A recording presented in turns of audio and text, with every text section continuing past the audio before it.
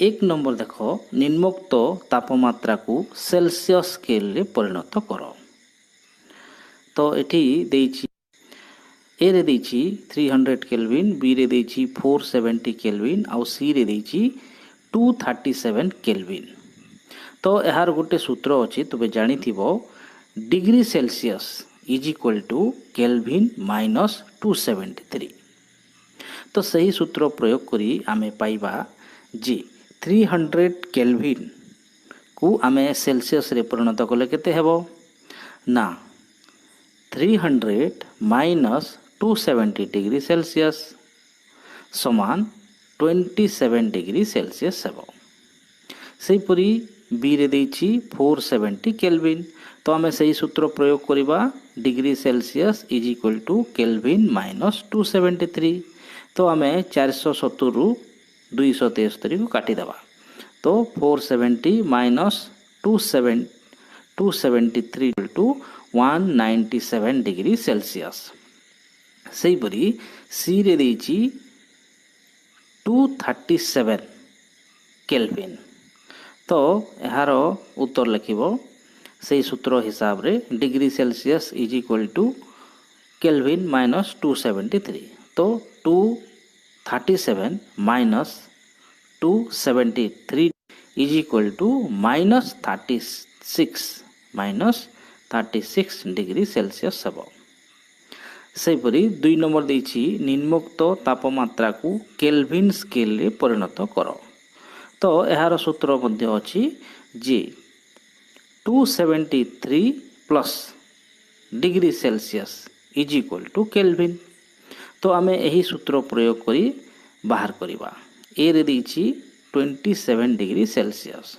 तो सूत्र पके देबो K is equal to 273 plus degree Celsius अर्थात 273 plus 27 is equal to 300 Kelvin हेबो। सेहीपरि बी रे देइछि 373 डिग्री सेल्सियस।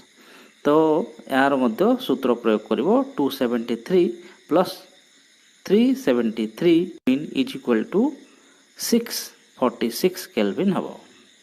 सेहीपरि सी रे देइछि 273 डिग्री सेल्सियस। तो 273 प्लस 273 इक्वल टू 546 केल्विन हेबो। आउ डी रे देइछि 0 डिग्री 273 प्लस 0 समान 273 केल्विन हेबो। आउ ई रे देइछि माइनस 20 डिग्री सेंटीग्रेड।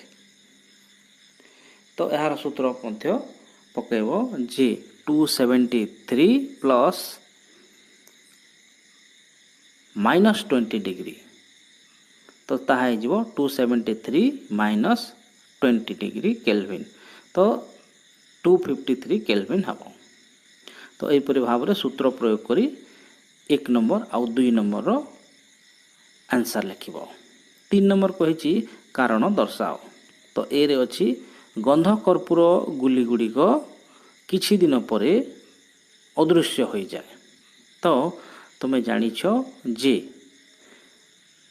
गंध कर्पूर सीधा सड़क कठिन पदार्थ रु गैसीय अवस्था रे परिणत हो जाए। तेणु गंध कर्पूर गुली किछि दिन परे अदृश्य हो जाए। बीरे देछि आमे अतर शिशि ठारू अनेक दूरतारे थाई मध्य अतरर बासना अनुभव करि पारू। तो यह कहीं होता है यह विसरण जो होता है।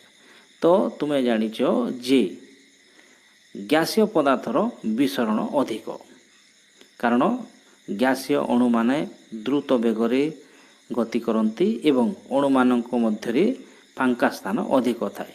तेणु गैस रो विसरण जोगु ताहा अन्य गैस मानक मध्यरे शीघ्र मिसी जाई थाए।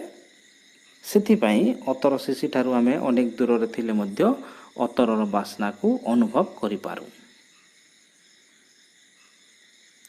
4 नंबर निम्नोक्त पदार्थ गुड़ी को सेमानंक अणु मध्यरे थिबा आकर्षण बलर परिमाण को आधार करी ताकू सानरु बड़ क्रम रे सजाई लिखिबा।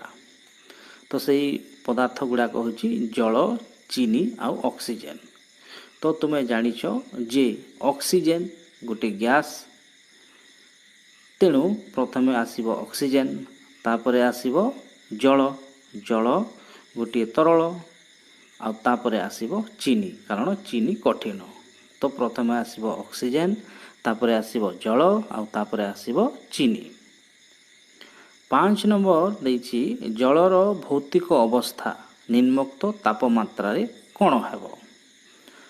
तो ए रे देछि 25 डिग्री सेंटीग्रेड। 25 डिग्री सेंटीग्रेड रे जल 0 डिग्री सेंटीग्रेड। तो 0 डिग्री रे जल बरफ हो जिवो, तेणु कठिन हेबो। आउ 373 डिग्री सेल्सियस रे जल ग्यासीय अवस्था रे रहिबो। 6 नंबर निम्न प्रदत्त उक्ति गुड़ी को बा वाक्य गुड़ी को बुझाइबा निमंते 2टी लेखाएं कारण प्रदान करो। ए रे देछि साधारण तापमात्रा रे जल तरल अटे। तो आमे जानिछु जलर स्फुटनांक 100 डिग्री बा 100 डिग्री सेल्सियस, तार घनांक 0 डिग्री सेल्सियस। तेणु रूम टेम्परेचर रे बा साधारण तापमात्रा रे जलर स्फुटनांक ठारू कम और जल घनीभूत होतिबा तापमात्रा ठारू अधिक, तेणु साधारण तापमात्रा रे जल तरल अटे। बी रे देछि एक लुहा आलमारी साधारण तापमात्रा रे कठिन अटे।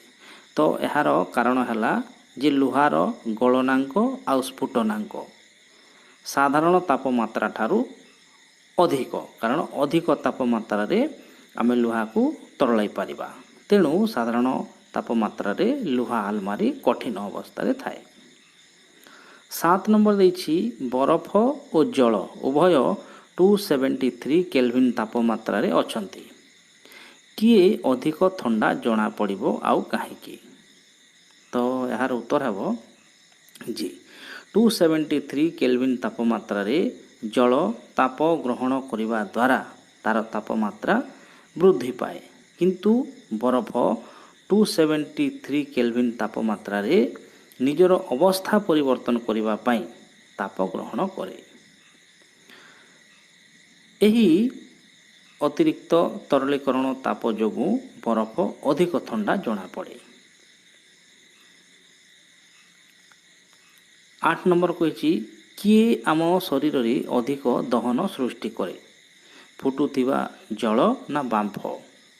अर्थात फुटुथिबा जल आमको बेसी कष्ट दिए ना बांफ बेसी कष्ट दिए। तो यार उत्तर हेबो बांफ, कारण बांफ फुटुथिबा जल अपेक्षा आम शरीर को अधिक कष्ट दिए, कारण 273 केल्विन तापमात्रा रे बांफर गुप्त ताप थाए। यही गुप्त ताप हेतु ताहार अधिक परिमाण रे ताप थाए।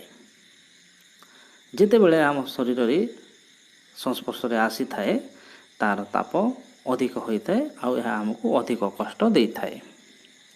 9 नंबर निम्न चित्र रे प्रदर्शित अवस्था रे परिवर्तन को देखी A B C D E और एफ नामकरण करो।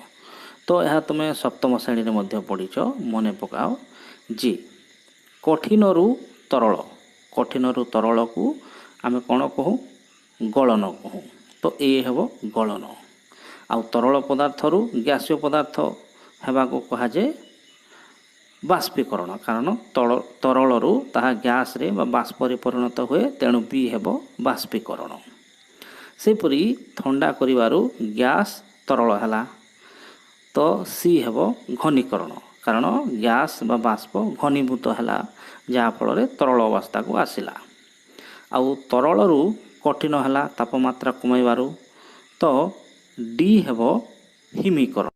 आउ ई देइछि कठिन रु सीधा सड़क गैस, तो ताहा हे जिवो ऊर्ध्वपातन, जेपरि आम गंध कर्पूर गुली सबु ऊर्ध्वपातन एक उदाहरण। आउ सेपरि गैस रु सीधा कठिन हेबा को मध्य ऊर्ध्वपातन कहा जाए। तो यह थिला तुमरो प्रथम पाठर प्रश्न उत्तर।